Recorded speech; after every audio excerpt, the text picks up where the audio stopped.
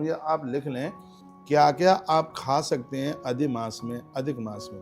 इसमें वर्णन किया गया है दालों में मूंग की दाल बहुत ज़्यादा विशेष है।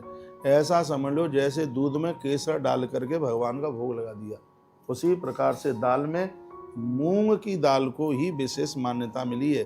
और क्या बताया गया इसमें, द्राक्षा कहते हैं अंगूर को, किशमिश ड्राई फ्रूट में, और फल में द्राक्षा यानी अंगूर। कफित पनंस क्या बोलेंगे इसको, आम का पना, इसको बहुत ही ज़्यादा, आम की लौंजी, आम का पना। कदली फल, केले के फल बहुत शुभ माना गया। नारिकेल, नारियल का पानी, नारियल की गिरी बहुत ज़्यादा ही विशेष। जैसे बहुत ध्यान से सुन लीजिए, जैसे श्राद्ध में ब्राह्मण को तुलसी देना बहुत ज़्यादा महत्वपूर्ण है, उसी प्रकार से अधिमास में नारियल का पानी, नारियल का फल, नारियल की गिरी बहुत ज़्यादा विशेष है। नारंगी, फलों में नारंगी बहुत ज़्यादा विशेष है। कुष्मांड, पेठा और सीताफल की सब्जी। अनार, दाड़मी कहते हैं अनार को बहुत ज़्यादा शुभ माना गया।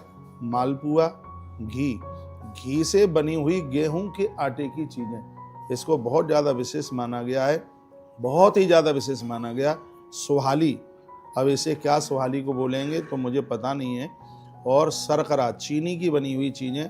घृत, घी के द्वारा बनी हुई चीज़ें, कहते हैं कि दूध भी दें तो उसमें थोड़ा घी डाल दें, दाल भी खिलाएं मूंग की तो उसमें घी। इसमें घी और मालपुआ की बहुत बड़ी महिमा का वर्णन किया है। अपूप कहते हैं पुआ, मालपुआ।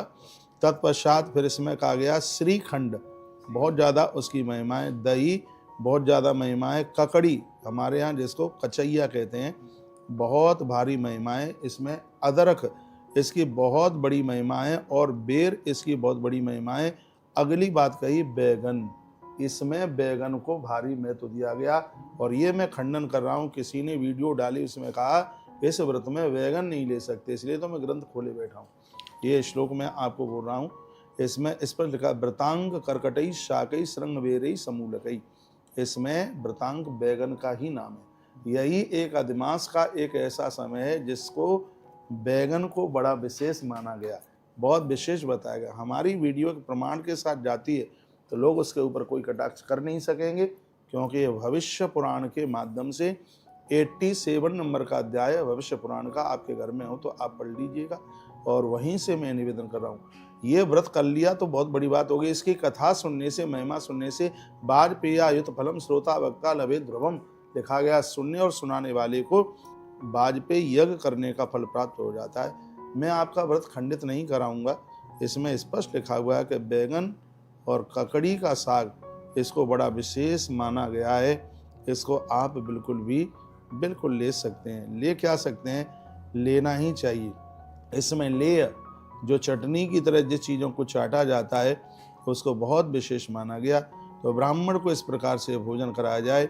और कहा गया कि मीठे स्वादिष्ट भोजन, और ज्येष्ठ का महीना होने की वजह से ज्येष्ठ के महीने में नमकीन भोजन की, नमकीन प्रसाद की बहुत बड़ी महिमा है। तो मैं आपको निवेदन करना चाहूँगा, यहाँ जो सुहाली शब्द लिखा हुआ है, ये सुहाली शब्द पूड़ी के लिए होना चाहिए। ब्राह्मण, हाँ मठरी भी, हाँ पूड़ी, तो ब्राह्मण आवे यदि उसको आप इसमें आप उसको पक्का भोजन खिलाएं। इसमें माड़ के बिना चावल की बहुत बड़ी महिमा का वर्णन किया गया है। माड़ उतार करके फिर वह चावल आप जिमाएं, खिलाएं। और इसमें एक बड़ी अच्छी बात कही, जब ब्राह्मण जाने लगे तो उसके दोनों हाथ में गेहूं के आटे का बना हुआ एक एक लड्डू दोनों हाथों में दे दे, ऐसे हाथ में एक, ऐसे हाथ में एक, ऐसे हाथ में, ये पूरा का पूरा लिखा हुआ है। ब्राह्मण को विदाई करते समय उसके हाथ में लड्डू, ये नहीं कि पॉलीथिन में बांध करके, उसके दोनों हाथ में, हाँ ऐसे वो हाथ करे तो उसके दोनों हाथ में 2 लड्डू रख दीजिएगा। ये कहा गया अपनी व्यवस्था के अनुसार आप यह कर सकते हैं। संक्रांति रहित मलमास का व्रत स्त्री करती है, उसे दरिद्रता और पुत्रों का शोक और वैधव्य कभी नहीं हो सकता। ये 3 बात भगवान गारंटी देते हैं। यदि अधिमास का व्रत किया है तो एक तो गरीबी नहीं आएगी, बच्चों को दुख नहीं होगा, और पति की उम्र कम नहीं होगी। यह वर्णन किया गया। मुझे विश्वास है मेरी कही गई बातें आपकी समझ में बिल्कुल आ रही होंगी। मैं भविष्य पुराण से आपके बीच में यह चर्चा कर